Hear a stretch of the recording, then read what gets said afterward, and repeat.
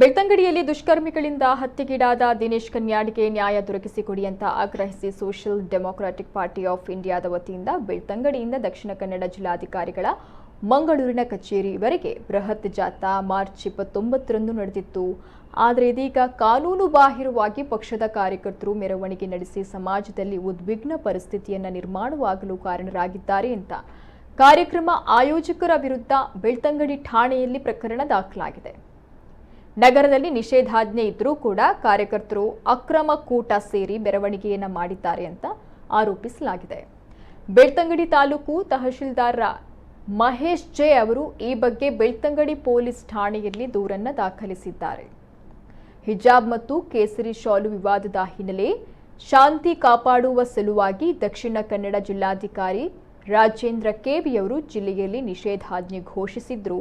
ನಿಷೇಧಾಜ್ಞೆಯನ್ನ ಉಲ್ಲಂಘಿಸಿ ಮಾರ್ಚ್ 29ರಂದು ಬೆಳಗ್ಗೆ 10 ಗಂಟೆಯಿಂದ ಎಸ್ಟಿಪಿಐ ಮುಖಂಡರು ಹಾಗೂ ಕಾರ್ಯಕರ್ತರು ಬೆಳ್ತಂಗಡಿ ಕಸಬಾ ಗ್ರಾಮದ ಬೆಳ್ತಂಗಡಿ ಬಸ್ ನಿಲ್ದಾಣದ ಬಳಿ ಪಿಕಪ್ ವಾಹನದಲ್ಲಿ ಧ್ವನಿವರ್ಧಕ ಉಪಯೋಗಿಸಿ ಪಾದಯಾತ್ರೆ ಮುಖೇನ ಮೆರವಣಿಗೆ ನಡೆಸಿ ಕಾನೂನನ್ನು ಉಲ್ಲಂಘಿಸಿದ್ದಾರೆ.